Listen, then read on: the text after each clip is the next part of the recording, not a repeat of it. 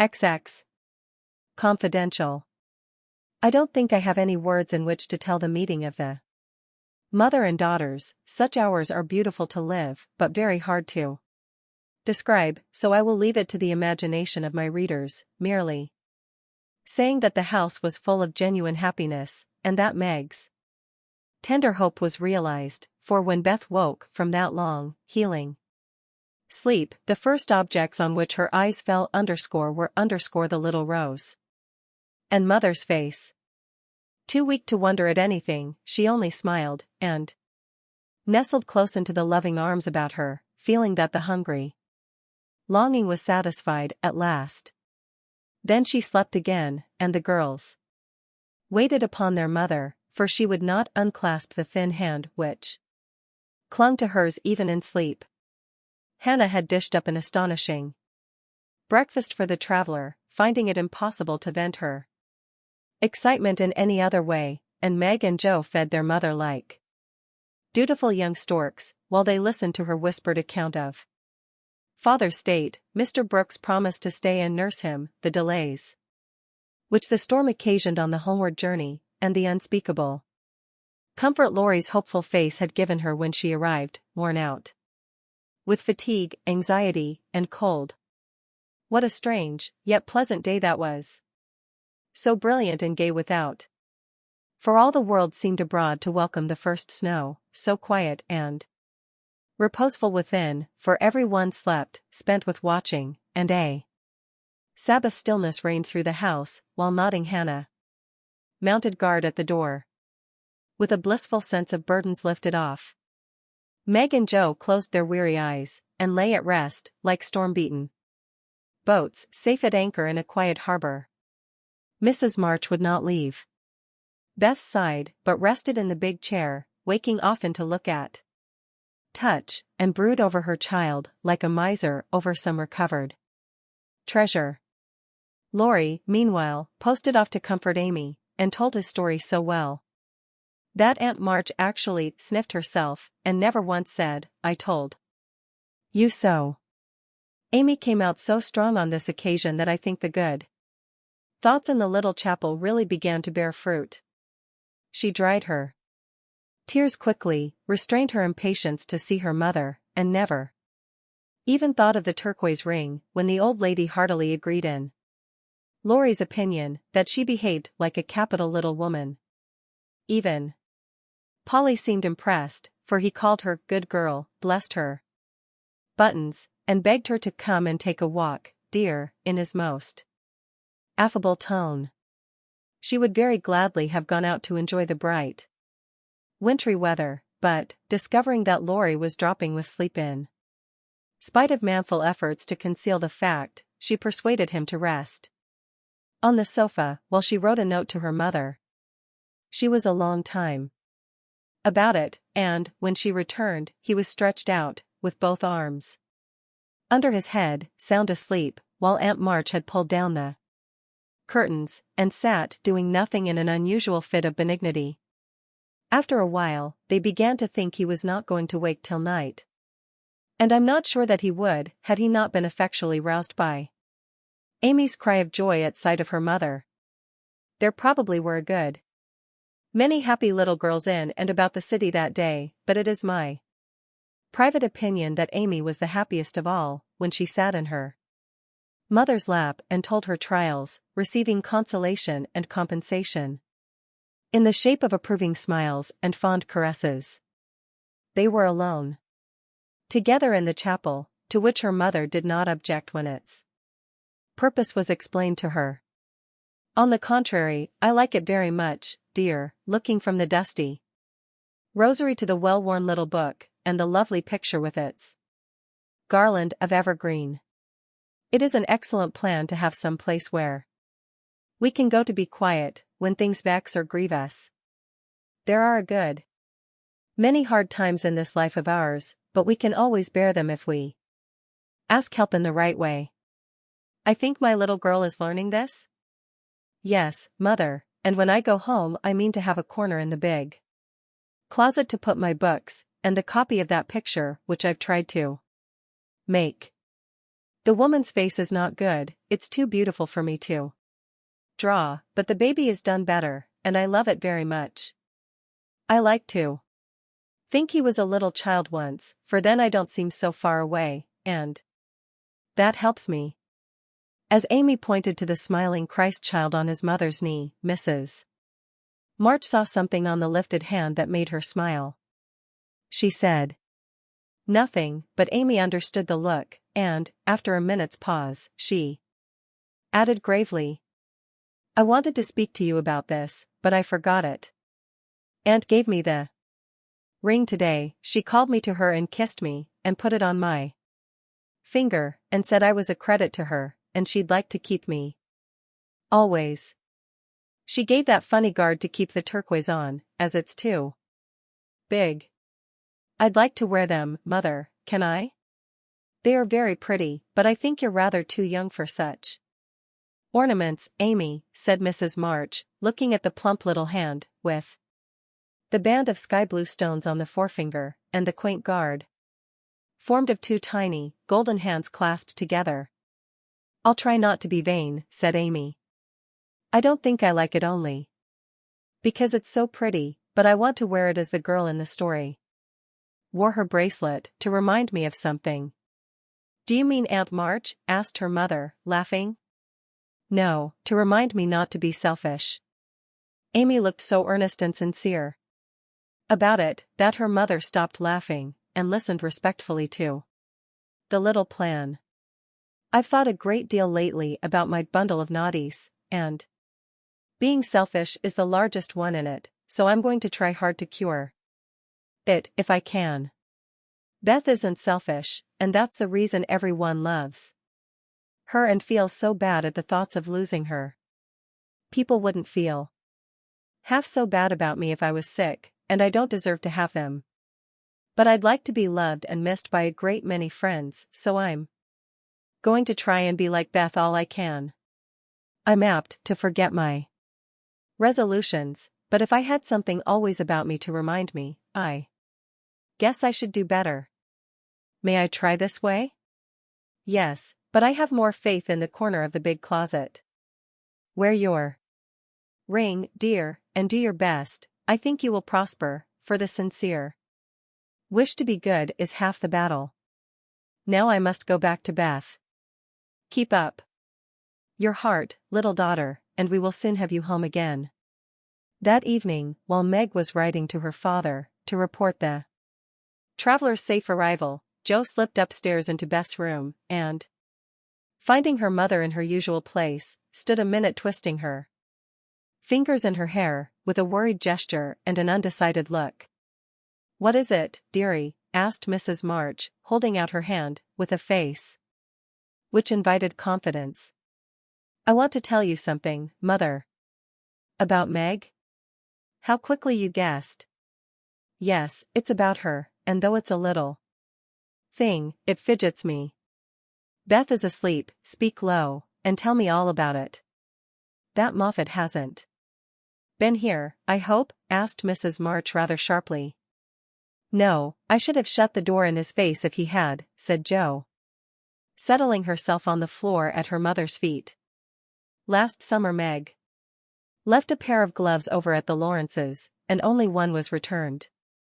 We forgot all about it, till Teddy told me that Mr. Brooke had it. He kept it in his waistcoat pocket, and once it fell out, and Teddy joked him about it, and Mr. Brooke owned that he liked Meg, but didn't dare say so, she was so young and he so poor. Now, isn't it a_dread_full state of things? Do you think Meg cares for him? Asked Mrs. March, with an anxious look. Mercy me. I don't know anything about love and such nonsense, cried Jo, with a funny mixture of interest and contempt. In novels, the girls show it by starting and blushing, fainting away, growing thin, and acting like fools.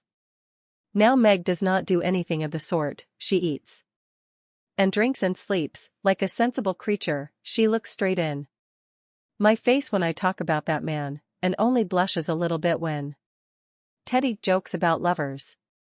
I forbid him to do it, but he doesn't mind me. As he ought. Then you fancy that Meg is not interested in John? Who? Cried Joe, staring. Mr. Brooke. I call him John now, we fell into the way of doing so at the hospital, and he likes it. Oh, dear. I know you'll take his part, he's been good to father, and you won't send him away, but let Meg marry him, if she wants to.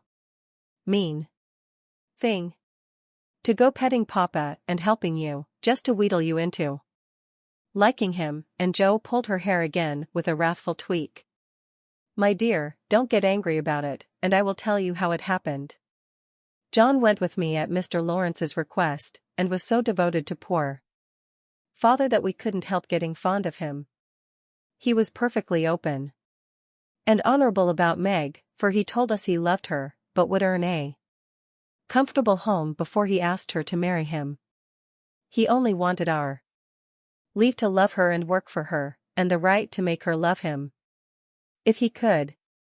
He is a truly excellent young man, and we could not refuse to listen to him, but I will not consent to Meg's engaging herself so young. Of course not, it would be idiotic. I knew there was mischief brewing. I felt it, and now it's worse than I imagined. I just wish I could marry Meg myself, and keep her safe in the family. This odd arrangement made Mrs. March smile, but she said gravely, Joe, I confide in you, and don't wish you to say anything to Meg yet. When John comes back, and I see them together, I can judge better of her feelings toward him. She'll see his in those handsome eyes that she talks about, and then it will be all up with her. She's got such a soft heart, it will melt like butter in the sun if anyone looks sentimentally at her. She read the short reports he sent more than she did your letters, and pinched me when I spoke of it, and likes brown eyes, and doesn't think John an ugly name, and she'll go and fall in love, and there's an end of peace and fun and cozy times together. I see it all. They'll go lovering around the house, and we shall have to dodge. Meg will be absorbed, and no good to me any more. Brooke will scratch up a fortune somehow, carry her off, and make a hole in the family, and I shall break my heart, and everything will be abominably uncomfortable. Oh, dear me. Why weren't we all boys, then there wouldn't be any bother. Joe leaned her chin on her knees, in a disconsolate attitude, and shook her fist at the reprehensible John. Mrs. March sighed, and Joe looked up with an air of relief. You don't like it, Mother? I'm glad of it. Let's send him about his business, and not tell Meg a word of it, but I'll be happy together as we always have been. I did wrong to sigh, Joe. It is natural and right you should all go to homes of your own, in time, but I do want to keep my girls as long as I can, and I am sorry that this happened so soon, for Meg is only 17, and it will be some years before John can make a home for her. Your father and I have agreed that she shall not bind herself in any way, nor be married before 20. If she and John love one another, they can wait, and test the love by doing so. She is conscientious, and I have no fear of her treating him unkindly. My pretty, tender-hearted girl. I hope things will go happily with her. Hadn't you rather have her marry a rich man? Asked Joe, as her mother's voice faltered a little over the last words. Money is a good and useful thing, Joe, and I hope my girls will never feel the need of it too bitterly, nor be tempted by too much. I should like to know that John was firmly established in some good business, which gave him an income large enough to keep free from debt and make Meg comfortable. I'm not ambitious for a splendid fortune, a fashionable position, or a great name for my girls. If rank and money come with love and virtue also, I should accept them gratefully, and enjoy your good fortune, but I know, by experience, how much genuine happiness can be had in a plain little house, where the daily bread is earned, and some privations give sweetness to the few pleasures. I am content to see Meg begin humbly, for, if I am not mistaken, she will be rich in the possession of a good man's heart, and that is better than a fortune. I understand, mother, and quite agree, but I'm disappointed about Meg. For I'd planned to have her marry Teddy by and by, and sit in the lap of luxury all her days. Wouldn't it be nice? Asked Joe, looking up, with a brighter face. He is younger than she, you know, began Mrs. March, but Joe broke in. Only a little. He's old for his age, and tall, and can be quite grown up in his manners if he likes. Then he's rich and generous and good, and loves us all, and I say it's a pity my plan is spoilt. I'm afraid Laurie is hardly grown up enough for Meg, and altogether too much of a weathercock, just now, for anyone to depend on. Don't make plans, Joe, but let time and their own hearts mate your friends. We can't meddle safely in such matters, and had better not get romantic rubbish, as you call it, into our heads, lest it spoil our friendship. Well, I won't, but I hate to see things going all crisscross and getting snarled up, when a pull here and a snip there would straighten it out. I wish wearing flat irons on our heads would keep us from growing up. But buds will be roses, and kittens, cats, more's the pity. What's that about flat irons and cats? Asked Meg, as she crept into the room, with the finished letter in her hand. Only one of my stupid speeches. I'm going to bed. Come, Peggy, said Joe, unfolding herself, like an animated puzzle. Quite right, and beautifully written. Please add that I send my love to John, said Mrs. March, as she glanced over the letter, and gave it back.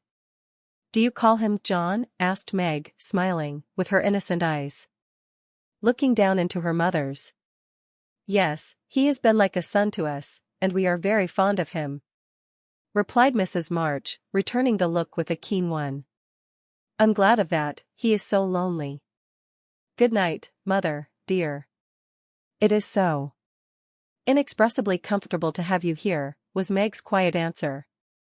The kiss her mother gave her was a very tender one, and, as she went away, Mrs. March said, with a mixture of satisfaction and regret, she does not love John yet, but will soon learn to. Illustration, tailpiece. Illustration, letters.